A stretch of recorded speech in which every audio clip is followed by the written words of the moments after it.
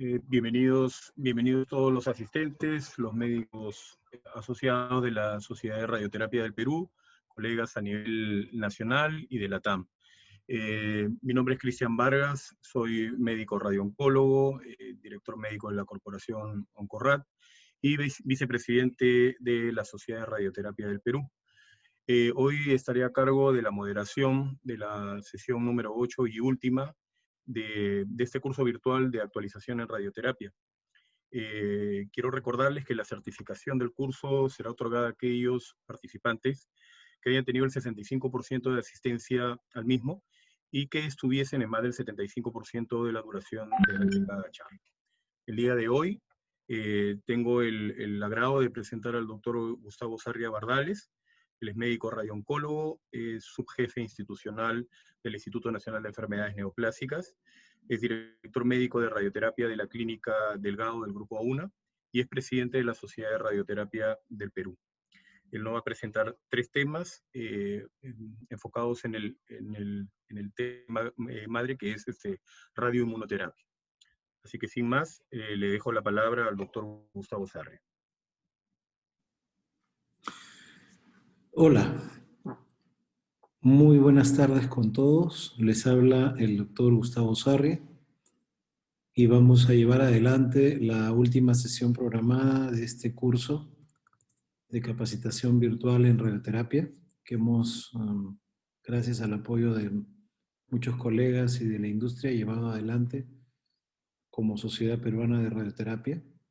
Hemos llegado a alcanzar la participación de colegas de otros países de la región y nos hemos quedado gratamente satisfechos de su participación. Como última sesión, quiero invitarlos a compartir un tema que es realmente apasionante y que debería formar parte obligatoria de nuestra formación en cuanto al entendimiento de lo que es la radioinmunoterapia. Y en esta oportunidad le vamos a hablar de 3 ensayos, cada uno más interesante que el otro, sobre los nuevos aspectos de combinación entre inmunoterapia y radioterapia. En este primer ensayo que tenemos aquí adelante, el grupo del profesor Minesh Mehta presenta un fase 2 en el que se evalúa en el escenario de reirradiación cuáles son los resultados en sobrevida global, en periodo libre de enfermedad y otros indicadores al comparar bevacizumab sola versus bevacizumab concurrente a reirradiación en patología de glioblastoma recurrente. Este ensayo le corresponde el RTOG 1205 y veremos de qué se trata.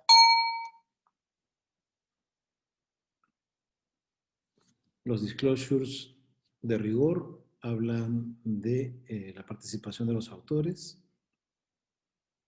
Y aquí lo que podemos decir en una rápida revisión irracional de la literatura es que en general bevacizumab solo tiene un efecto directo sobre las células madre oncológicas que son particularmente resistentes. Aquí debemos recordar que el glioblastoma es un tumor con gran potencial para hacer recurrencias locales o de cercanía, y se ha usado el bevacizumab solo en el abordaje de estas recurrencias, como lo sugieren estas citas bibliográficas.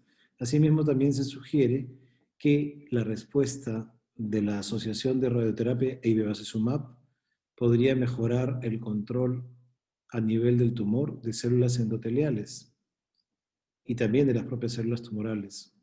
Asimismo, también se ha visto en algunos ensayos previos de fase 1 del último quinquenio que el agregar bevacizumab a la reirradiación podría incrementar la eficacia de respuesta. Igualmente, hay una larga historia, finalmente, de seguridad y tolerancia de la reirradiación, pero no ha habido lugar a muchos ensayos randomizados al respecto. Hoy en día, la radioterapia moderna guiada por imágenes abre una puerta para un escenario no tan tóxico como históricamente se suponía o se demostraba. En este escenario, esta combinación de bevacizumab y radioterapia resulta siendo atractiva a fin de mejorar resultados en una patología, como es el glioblastoma recurrente, de un pronóstico sombrío. En adelante, la terapia que se ofrece para glioblastoma recurrente en la suma de ensayos del último quinquenio muestra que la combinación de quimioterapia asociada a bevacizumab arroja no resultados claros.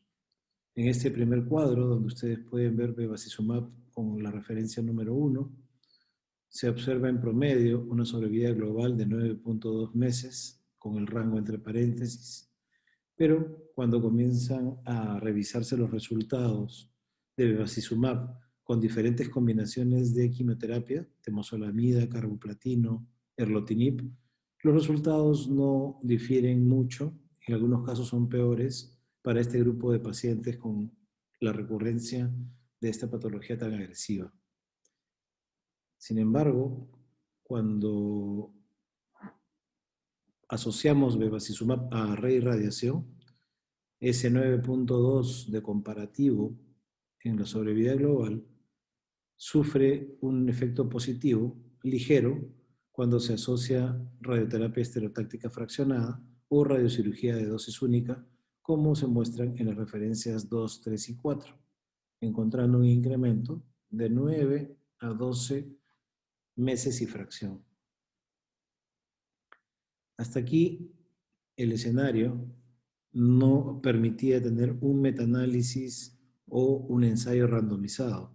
Y esto abre la posibilidad de esta propuesta porque se estratifica, en primer lugar, a pacientes por edad, por su estatus performance en la escala Karnofsky, en 3 escalas, y el intervalo de resección, o la presencia solamente de biopsia versus una resección. Se permiten protones, intensidad modulada o técnicas conformales 3D y se separa en 2 grandes brazos a los pacientes de manera randomizada aleatoria. En el brazo 1, bevacizumab sola por 2 semanas, llamándose el brazo control, y en el brazo 2, el bevacizumab también por 2 semanas, pero asociada a radioterapia hipofraccionada, 35 grays en 10 fracciones. Los criterios que buscaba demostrar el estudio era analizar estos resultados en esta cohorte de pacientes, esencialmente con criterios de elegibilidad, donde se pedía la confirmación histológica del glioblastoma, edad mayor o igual a 18 años, evidencia radiológica clara de recurrencia o progresión, con ayuda de resonancia magnética, fusión con tomografía, un Karnofsky mayor o igual a 60, estratificándolo en 3 grupos como mencioné en el slide anterior, y al menos se pedía un intervalo de más de 6 meses en adelante entre la primera irradiación y el evento de recurrencia para poder entrar al estudio, definiendo recurrencia como la aparición de tumor dentro del campo original. Entre los criterios de inelegibilidad se encontraba la diseminación leptomeningia, localizaciones infratentoriales, más de 3 recaídas, terapias previas con inhibidores VEGF, tumor recurrente mayor a 6 centímetros de diámetro. ¿Y qué se buscaba como objetivo principal o primario? Verificar o confirmar una mejora en la sobrevida, según lo que sugería la literatura, en pacientes que usaban bevacizumab asociado a reirradiación versus aquellos que no recibían reirradiación. La muestra que se exigió teóricamente fue el de obtener 178 pacientes para proveer un intervalo de confianza detectando un hazard ratio de 0.69, dado que teóricamente íbamos a encontrar una diferencia entre 9 versus 13 meses.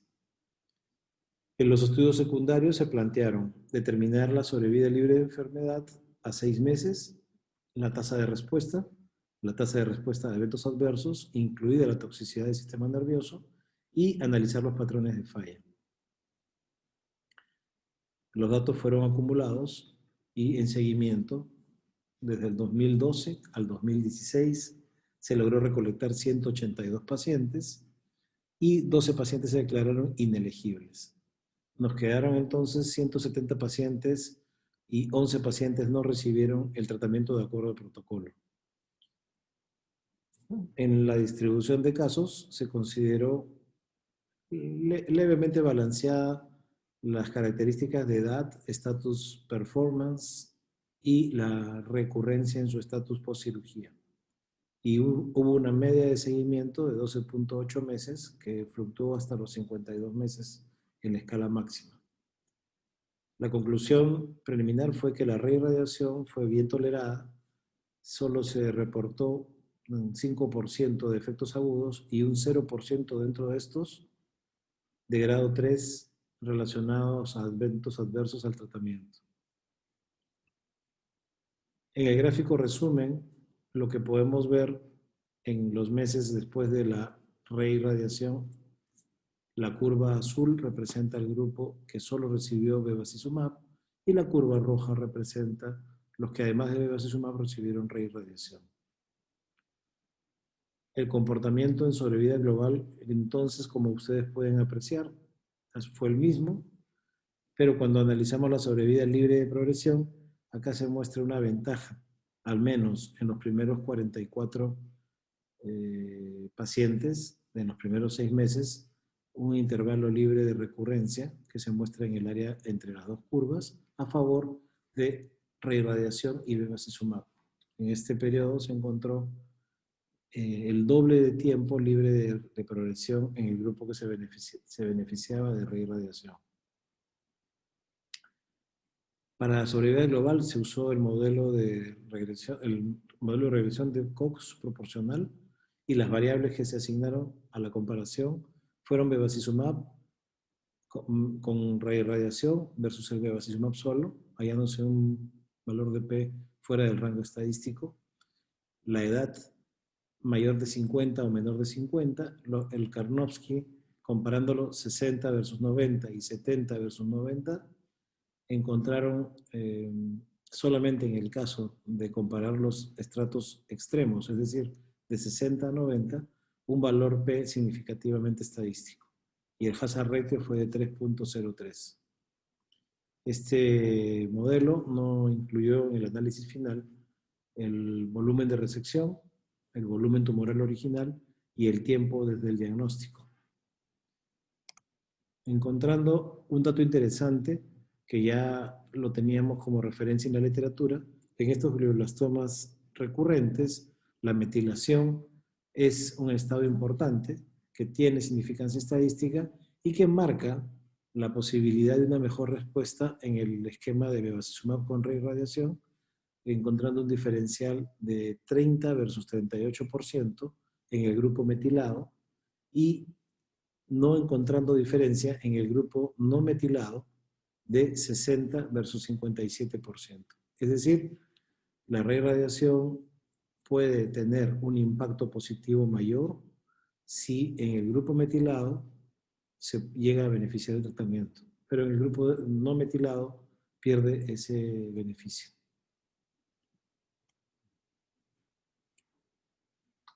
Cuando separamos el grupo metilado y analizamos el valor estadístico, este grupo metilado demuestra una diferencia estadísticamente significativa, pero también el Karnofsky comparado de 60 versus 90 a más mostró la misma potencia predictiva, pero el hazard ratio, como ustedes pueden apreciar, fue de 12.76 veces más. Esto quiere decir, en términos más sencillos, que había 12 veces más posibilidades de un mejor control cuando el paciente presentaba un estatus Karnofsky mayor de 90 comparado con el grupo de 60 que era el de mal pronóstico. También hubo un análisis dosimétrico en cuanto a la revisión de planeamiento y esto es interesante analizarlo cuando solamente se analizó el volumen tumoral y los órganos en riesgo, se encontró variaciones bastante bien balanceadas en el grupo en cuanto al cumplimiento del protocolo, 68% en ambos grupos, una variación aceptable, considerada válida, del 18 o 20% en ambos grupos, variaciones inaceptables en el criterio de solo volumen de 7%, no evaluable y no aplicable, similares en ambos brazos. Analizando asimismo el score de contorneo para órganos en riesgo, no evaluables y no aplicables fueron similares en ambos grupos. La diferencia que se encuentra, ya cuando se analiza la dosis a los órganos en riesgo, fue de que se encontraban variaciones aceptables hasta en un 16%. En ambos casos se llegaba, entre pacientes que cumplieron estrictamente el protocolo y que tuvieron variación aceptable, se llegaba aproximadamente a un 93% de este grupo de pacientes. La calidad del plan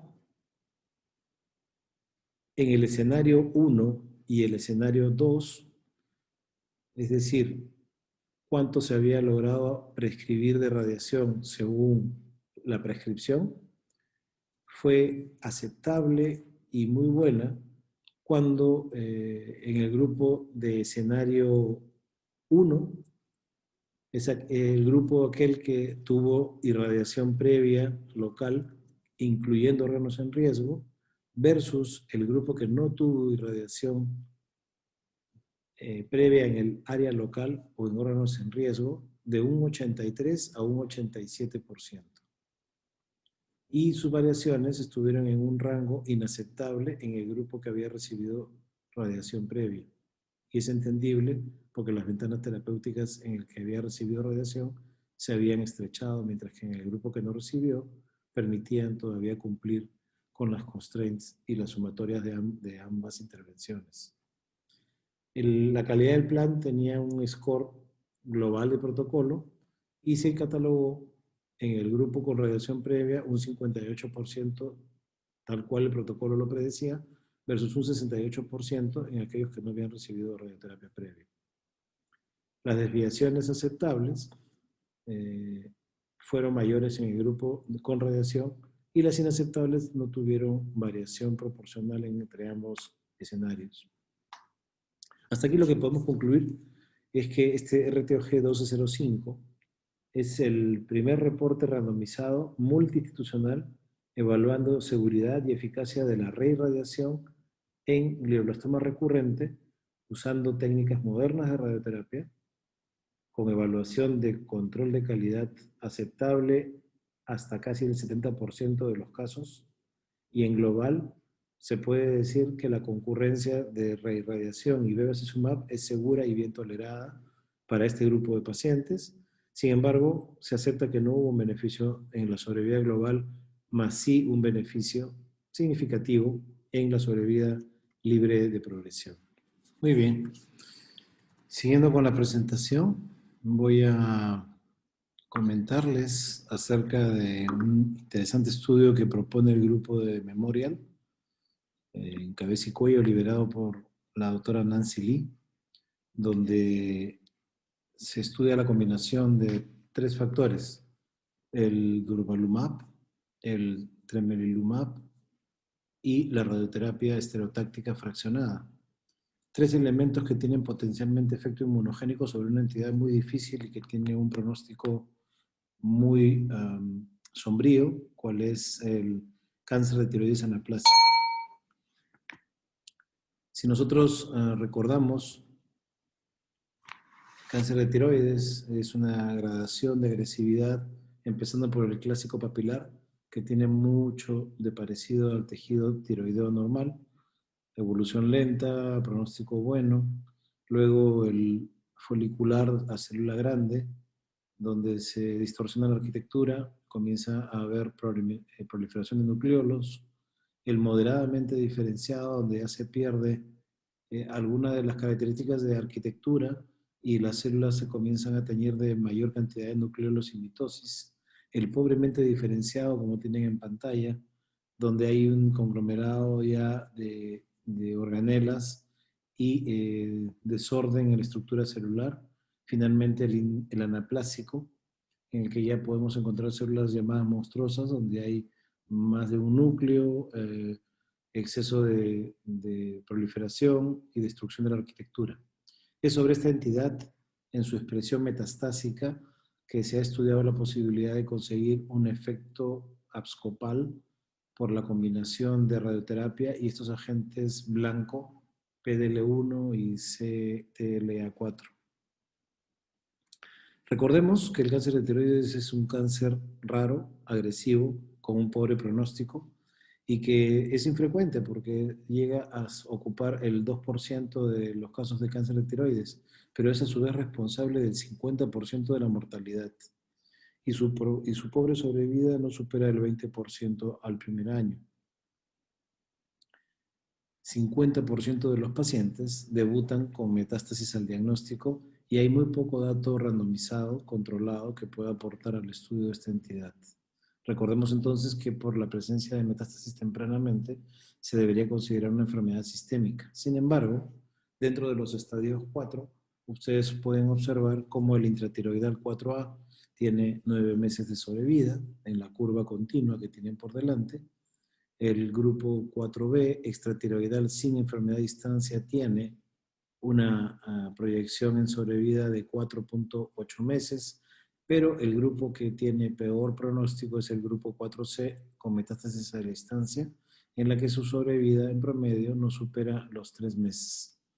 Y se nota claramente la diferencia de un grupo a otro. Si seguimos analizando qué ofrece la quimioterapia estándar a este grupo tan difícil, su sobrevida media no sobrepasa los 4 meses y la tasa de sobrevida global es de solamente un 9%. Las guías NCCN tienen muy pocas opciones, la doxorubicina, las sales de platino, los taxanos, pero ninguno muestra respuesta durable o afectación positiva de la sobrevida global. También se han estudiado algún efecto limitado de los agentes inhibidores de la angiogénesis, los antiangiogénicos multiquinasa, por ejemplo, del grupo erlotinib, o otros tratamientos sistémicos que no han demostrado tampoco que hayan impactado en beneficio de la sobrevida en este grupo anaplásico. Entonces, lo que se necesita es un nuevo abordaje alternativo terapéutico para intentar impactar en esa sobrevida tan esquiva. ¿Y sobre qué basan el estudio? La reflexión es que cáncer de tiroides se aloja en la tiroides propiamente dicha y es uno de los órganos más inmunogénicos del cuerpo.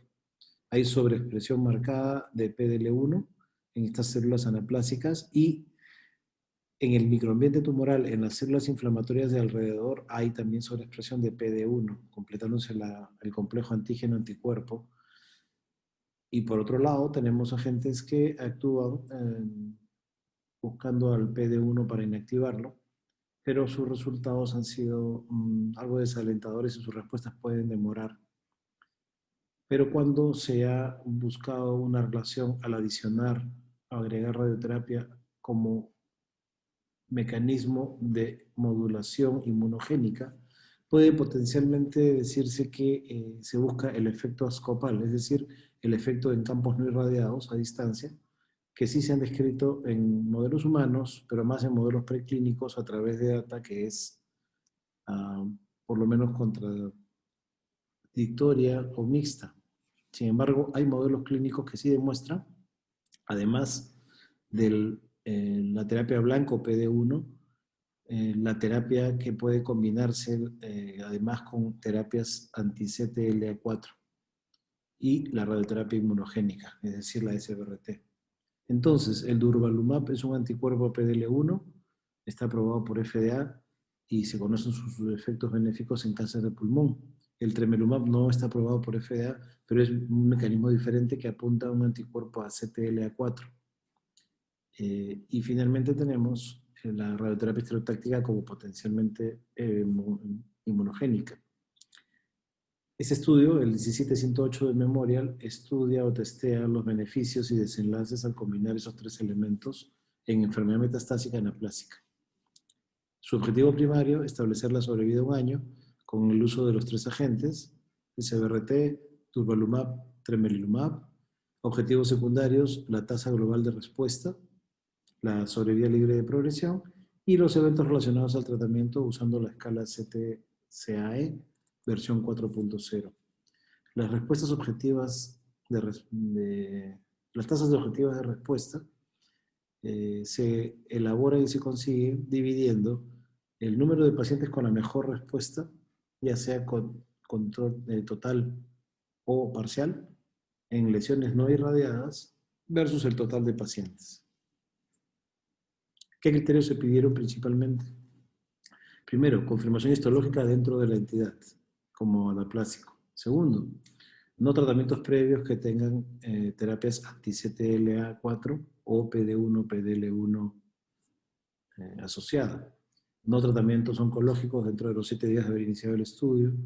Y enfermedad medible, como está definida en el RECIST en la versión 1.1. Asimismo, un status performance menor o igual a 2 y no historia de carcinomatosis leptomeningia o metástasis cerebral, buscando que al menos la enfermedad haya estado estable más de 8 semanas. Salvo un acuerdo en contra del riesgo del paciente, se estipulaba conseguir 2 biopsias para la confirmación. Y el esquema de tratamiento se dividía en 5 ciclos. En el primer ciclo se otorga durvalumab y tremelimumab 4 semanas. Antes del segundo ciclo se inicia la radioterapia estereotáctica, 9 grays por 3 fracciones, dentro de las 2 semanas de haber terminado este primer ciclo. Y se continuaba con el ciclo 2 al 4 de durvalumab y tremelimumab durante 4 semanas. El quinto ciclo solo se otorgaba durvalumab por 4 semanas hasta la progresión de enfermedad o hasta una toxicidad inaceptable dentro de los 12 meses de haber iniciado el tratamiento del primer tratamiento. Dosis de tremelimumab, 75 miligramos cada 4 semanas y de durvalumab, 1500 miligramos cada 4 semanas.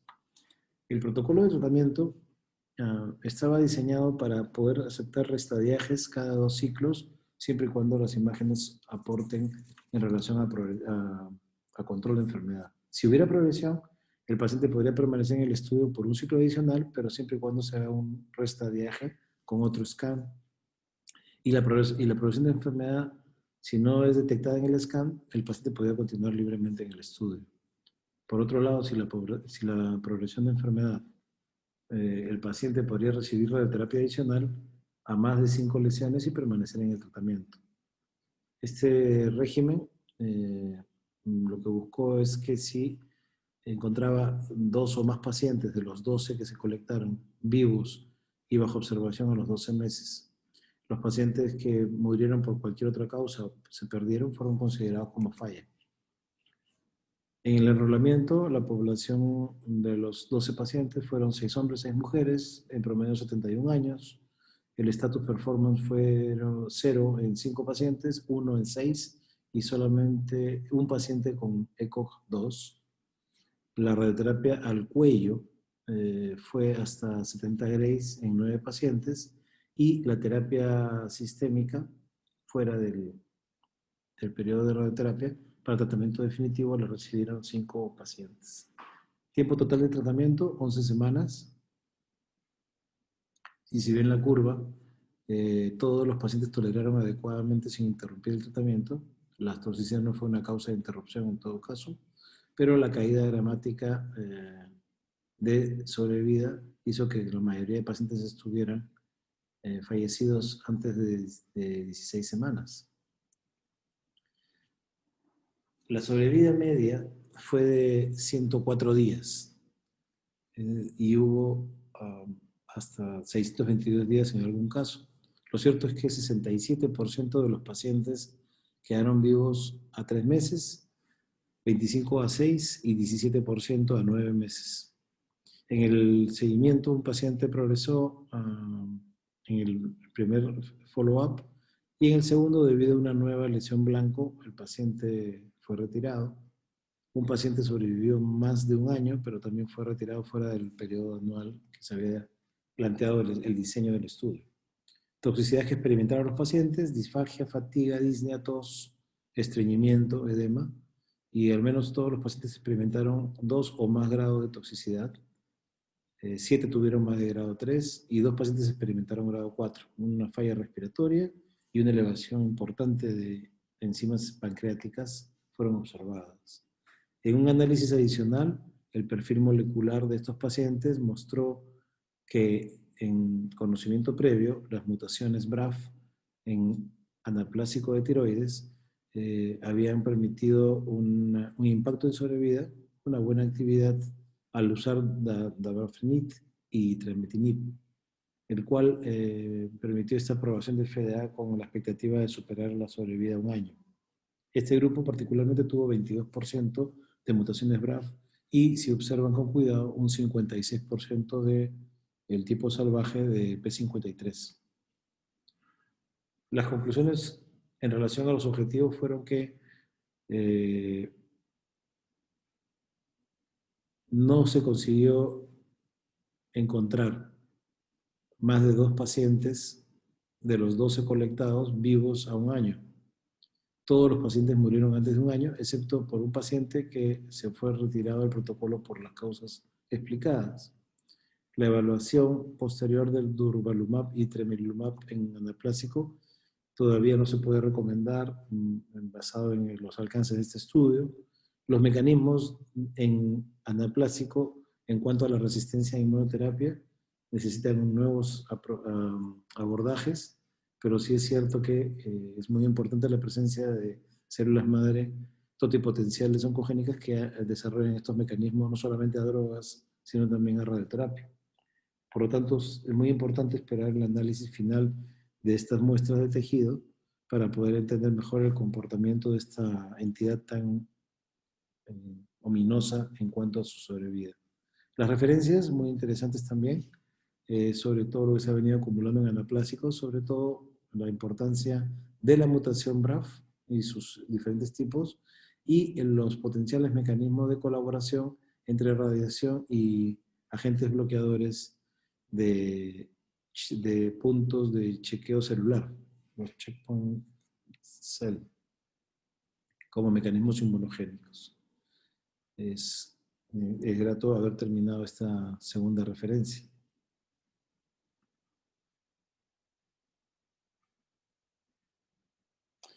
Bien, este es un también interesante estudio, el tercero de la serie, donde se plantea un estudio fase 1-2 prospectivo de un solo brazo, donde se estudia la interacción entre el ipilimumab y nivolumab de consolidación en presencia de radioterapia torácica después de haber dado quimioterapia con sales de platino para pacientes con estadios avanzados de células pequeñas de cáncer de pulmón.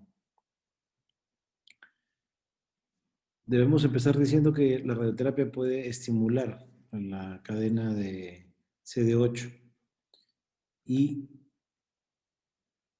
esta respuesta celular antitumoral se libera una vez que dosis ablativas de radioterapia liberan neoantígenos y estos neoantígenos son captados por las células de presentación de antígeno y las cuales migran y presentan ante las células que son de naturaleza citotóxica para el tumor estos neoantígenos y permiten tener la llave para reconocer proliferación tumoral, y como tienen capacidad de migración a distancia, finalmente las células con esa capacidad pueden identificar a la célula tumoral que antes no podían y pueden destruirla con el efecto citotóxico que presenta.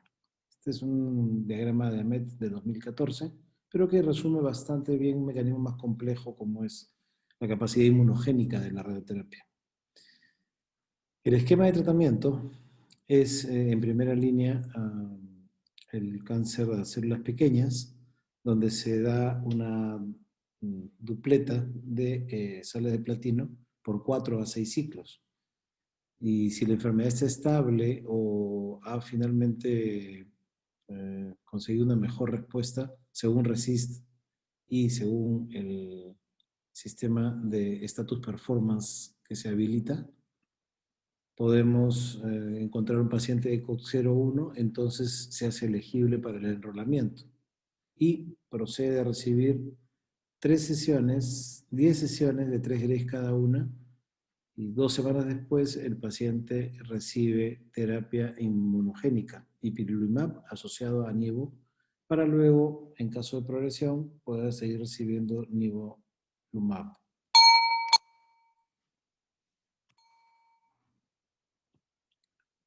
El diseño estadístico de la presentación es de evaluar la sobrevida libre de progresión a los 6 meses y secundariamente la sobrevida global a los 12 meses. Se postuló que una mejora en la sobrevida libre de enfermedad en 6 meses era considerar 20% de significancia estadística, postulando que 52 pacientes al menos podrían tener el 90% de rechazar hipótesis nula de que la radioterapia de consolidación podría impactar en la sobrevida libre de progresión, seguida de IPI y NIVO, en una mejora de no menor al 20% comparada con una terapia histórica estándar, en la que se logró una sobrevida libre de progresión a 6 meses de aproximadamente 24%. Se buscó entonces que se enrolaran 52 pacientes y en estas características se encontraron con 21 pacientes, 66 años en promedio, 38% mujeres, 62% hombres. La distribución de razas fue ningún paciente de raza negra, 10%, 2 de ellos de razas no caucásicas y 90% caucásicos. Previo al tratamiento con irradiación holocranial, en metástasis cerebral, 19%, enrolamiento de 1 centímetro, de metástasis menores a 1 centímetro, 2 de ellos, no metástasis cerebrales, 0%. Ciclos de quimioterapia, 4, 14 pacientes y 5 a 6, 7 pacientes. Tiempo para la radioterapia en mediana fue de 6 semanas y el punto primario de evaluación de sobrevida libre de progresión a 6 meses lo encuentran en la proporción de vivos que van cayendo en el punto de inflexión hasta el 10º mes. Si observan con cuidado, este estudio lo que trae es un 21% con un intervalo de confianza a 90%, según la referencia de Gatkill en Pembro.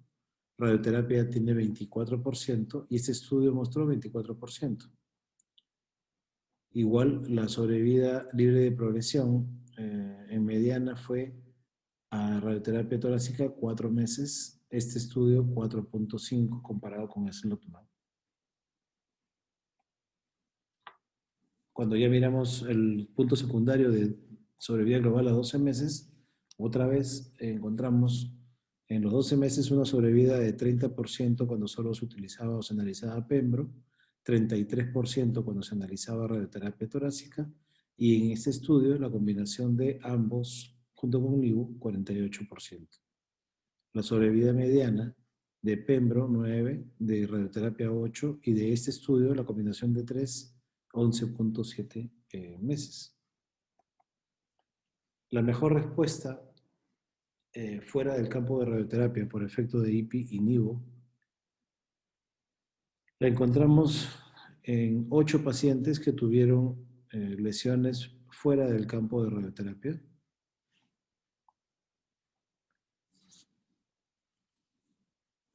En cuanto a metástasis cerebrales, con los antecedentes de Takahashi publicados en Lancet 2017 y el seguimiento de resonancias magnéticas regladas, se determinaba que eso podría incrementar el riesgo de progresión intracraneal. y se encontró que 5 pacientes tuvieron metástasis cerebral como primer sitio de progresión. ¿Qué efectos adversos? Me marcados en el cuadro rojo, de grado 3 a 5, 13 pacientes de los 21 reportaron eventos adversos de grado 3 a 5 y eventos inmunes adversos 11%. 11 pacientes, perdón. Cuando analizamos el resto del paquete de toxicidad, no nos sorprende encontrar síntomas gastrointestinales que podrían ser explicados porque la inmunoterapia o la quimioterapia asociada no es gratis, es la que tiene potencialmente el mayor efecto de causar una inflamación de mucosa intestinal. Pero también observamos, por ejemplo, neumonitis en el grado 3 a 5 hasta un 9%, infección de pulmón 4%, y otras molestias ya se convierten en misceláneas porque no han tenido mayor impacto. En conclusión, ese estudio de fase 2, fase 1-2, un solo brazo, se descontinuó tempranamente debido a lo conseguido en la evaluación de sobrevida libre de progresión a 6 meses, que fue de 44%. Lo que sí se podría decir promisorio o alentador es que la sobrevida a 12 meses, comparada con estudios históricos, ha mejorado y las toxicidades estaban un poco en línea a lo esperado, pero se reconoce en este grupo de autores que la toxicidad de grado 3 fue mayor o alta con relación a las expectativas. Y el análisis de inmunofluorescencia está en proceso para determinar perfiles de inmunohistoquímica y moleculares que permitan estratificar el tipo de respuesta que se ha tomado en general. Esta es un poco la experiencia que quería compartir con ustedes. No quiero terminar esta presentación sin antes agradecer la decidida participación de colegas y de profesionales afines, no solo de Perú, sino de Latinoamérica, que nos han permitido tener un curso online todos los sábados de forma fiel y constante, un grupo interesante que nos hace comprometernos para seguir intentando explotar estas herramientas digitales que nos han servido para sobrellevar la pandemia de mejor manera sin renunciar a la capacitación constante y a la formación continua de nuestros asociados y de nuestros amigos en el Perú y en Latinoamérica. A nombre de la sociedad y como presidente de la misma, les agradezco mucho su participación y estamos pronto comunicando este mismo año nuevas actividades académicas que ya se ejecutarán con la debida anticipación. Muchísimas gracias, que Dios los cuide y tengan un excelente sábado. Muchas gracias, doctor.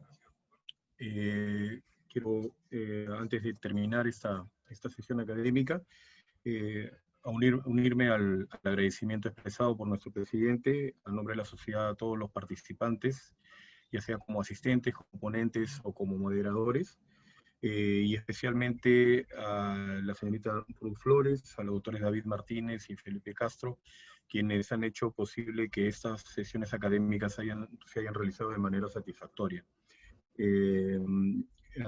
Por favor, quiero pedirles que antes de retirarse puedan responder la encuesta de satisfacción que está apareciendo en sus pantallas, y los invito a acompañarnos en nuestro canal de YouTube.